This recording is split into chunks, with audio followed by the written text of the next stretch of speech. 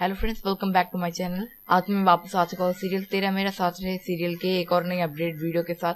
आज के एपिसोड के शुरू में हमें यही देखने को मिलता है कि मिथिला मोदी गोपिका को शादी की चुन्नी पहना के पूछती है, क्या तुमने मुझे उस दिन आग से बचाया था? और मजबूरी में गोपिका को बोलना पड़ता है कि हाँ, मैंने आपको बचाया था। और उसके बाद मिथिला मोदी आरशी और राशि की मम्मी से पूछती है कि आप लोगों ने झूठ क्यों बोला? और इतनी में मम्मी जी बातें बनाने में लग जाती हैं। और इतने में मिथिला मोदी बोलते हैं कि बातें बनाने की कोई जरूरत नहीं है, समय रहते ही मुझे मेरी योग्य बहू मिल गई। और वो ये भी बोलती है कि मैं मिथिला मोदी पूरे गर्व के साथ कहता हूँ कि मेरी होने वाली बहू है श्रीमती गोपिका सक्षम मोदी। और उसके बाद मम्मी जी, गोपिका, आरशी सब लोग घर चले जाते हैं। घर में जाने के बाद मम्मी जी पीट रही होती है गोपिका को। और उसके बाद मामा जी आके मम्मी जी को रोक लेती हैं। और उसके बाद ऐसे ही थोड़ी देर उन लोगों में बहस चलती है। और उसके बाद मम्मी जी गोपिका का हाथ पकड़ के ले जाती है। और दूसरी ओर हमारे मोदी भवन में सक्षम पूछ रहे होते हैं मिथिला मोदी से कि ये क्या किया आपने, सबके सामने अनाउंस कर दिया, कम से कम एक बार तो सोच लेती आप। और उसके बाद मिथिला मोदी बोलते हैं कि मेरे आंखों में देख के बोल, क्या मैंने ये निर्णय गलत लिया है? और उसके बाद वो समझाने की कोशिश कर रहे होते हैं सक्षम को कि गोपिका में कुछ कमी नहीं है। और तुम्हें सक्षम के पापा बोलते हैं सक्षम को कि उस लड़की में हमारे परिवार के लिए कोई भी कमी नहीं है और सारे कर्तव्य वो खुद ही उठा लेगी। और उसके बाद सक्षम बोलते हैं कि मेरे प्रॉमिस का क्या, जो कि मैंने आरशी को दिया था। और उसके बाद मिथिला मोदी बोलती है कि तुमने जो वचन आरशी को दिया था, क्या वो प्रेम में था या फिर मजबूरी में? अगर प्रेम में तुमने ये वचन दिया है तो मैं मिथिला मोदी कृष्ण भगवान को साक्षी मानकर कि मैंने गोपिका को जो वचन दिया है वो वचन बदल दूंगी। और उसके बाद मम्मी जी की ओर अगर हम लोग बढ़े तो वो एक आईने के सामने खड़ा करवा देती है गोपिका को। और वो ये बोलती है कि तुझ में क्या है जो वो लड़का तुझे पसंद करेगा?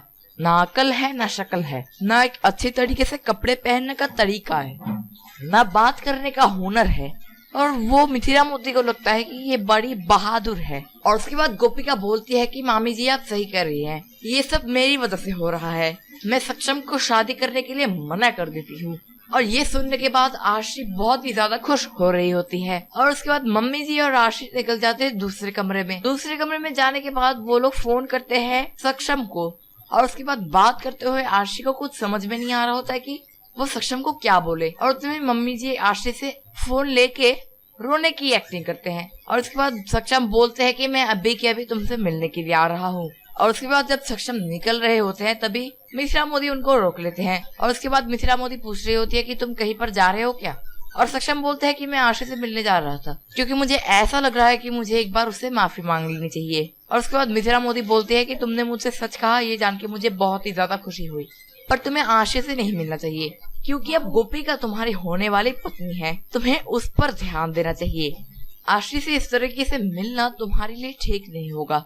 और सक्षम बोलते हैं कि आरशी के साथ तो गलत हुआ। और उसी समय सक्षम के छोटे भाई चिराग आ जाते हैं वहाँ पर। और चिराग भी यही बोलते हैं कि आरशी के साथ बुरा हुआ। और उसके बाद सक्षम बोलते हैं कि अगर माँ कह रही है तो मुझे आरशी से मिलना सही नहीं होगा। तो सक्षम अपने छोटे भाई को बोलते हैं कि सक्षम की जगह उन्हें चले जाने के लिए। और उसके बाद सक्षम के छोटे भाई आरशी के घर चले जाते हैं। और तभी सीरियल में खड़े रह के सब कुछ देख रही होती है आरशी और आरशी की मम्मी। और जब चिराग आते हैं तभी मम्मी जी आरशी को धक्का मारती है, जिसकी वजह से वो गिरने ही वाली होती है। तभी चिराग आरशी को बचा लेते हैं। और उसके बाद उठ के आरशी खड़ी हो जाती है। और उसके बाद चिराग बोलते हैं कि सक्षम भाई ने मुझे यहाँ पर भेजा है तुम्हें समझाने के लिए और मत रोने के लिए बोला है। और जो सब कुछ हुआ है वो सब कुछ अनएक्सपेक्टेड था, इसलिए तुम उदास मत हो। और तभी मम्मी जी पीछे खड़ी होकर सब कुछ सुन रही होती हैं। और तभी उन्हें ख्याल आता है कि मोदी तो ये भी है, बड़ा नहीं तो छोटा ही सही।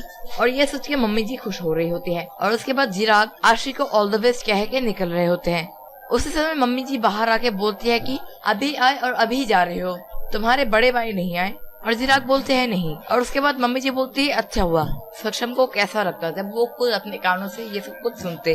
और वो आरशी को बोलती है ना आरशी? तभी आरशी बोलती है कि कैसी सच्चाई? और मम्मी जी बोलती है कि क्या तुमने चिराग को नहीं बताया कि सक्षम ट्राई करे कि मिथिला मोदी को शादी के लिए मनाने के लिए?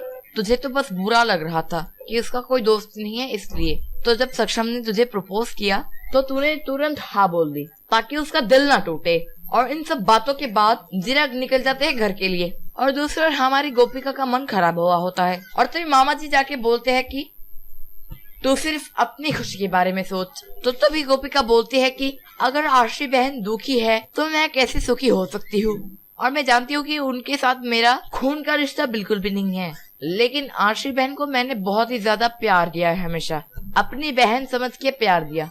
और मामी जी हमेशा सच बोलती है, मेरे अंदर है ही क्या। और उसके बाद मामा जी गोपिका को समझाती है कि ऐसा नहीं है, पर फिर भी गोपिका बोलती है कि मैंने निर्णय ले लिया है कि मैं मिथिला मोदी से जाके बोल दूंगी कि मैं ये शादी नहीं कर सकती। और दूसरी ओर हमारी मम्मी जी तो बाहर खड़ी होकर एकदम क्या बोलूं मतलब गरबा खेल रही होती है।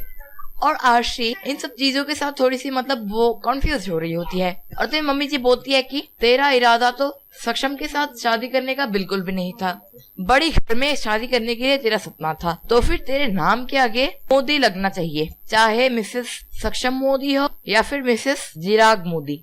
और ये गोपिका और सक्षम की शादी के सहारे हम लोग चिराग को मना सकते हैं। पर आरशी बोलती है कि वो गोपिका तो सक्षम को मना करने वाली है शादी के लिए, तो फिर ये सब कैसे होगा। और वो दोनों इस बात से घबरा के गोपिका को रोकने के लिए जाते हैं, पर तब तक बहुत ज्यादा देर हो चुकी थी। मामा जी और गोपिका तो चले गए सक्षम मोदी के घर सक्षम को मना करने के लिए। और घर के अंदर मिथिला मोदी चाय लेके आती है सक्षम के पापा के लिए। और मिथिला मोदी की बहन यानी कि नानी बहन बोलती है कि अंदर आने के लिए, पर वो नहीं आती है। और ना आने के लिए सक्षम के पापा बोलते हैं कि वो अभी नहीं आएगी अंदर, तो रोज क्यों बुलाती हो उसे। और इतने में मिथिला मोदी बोलती है कि छोटा हो या बड़ा, अपनी सीमा का ज्ञान और दूसरों का सम्मान सभी के मन में होना चाहिए। मैं अपनी सीमा जानती हूँ और कर्तव्य भी जानती हूँ, इसीलिए रोज इनके लिए चाय जरूर लाती हूँ, पर अंदर नहीं आती। और उसके बाद वो जब जा रहे होते हैं तभी वो लोग देखते हैं कि साइड में सक्षम खड़े थे।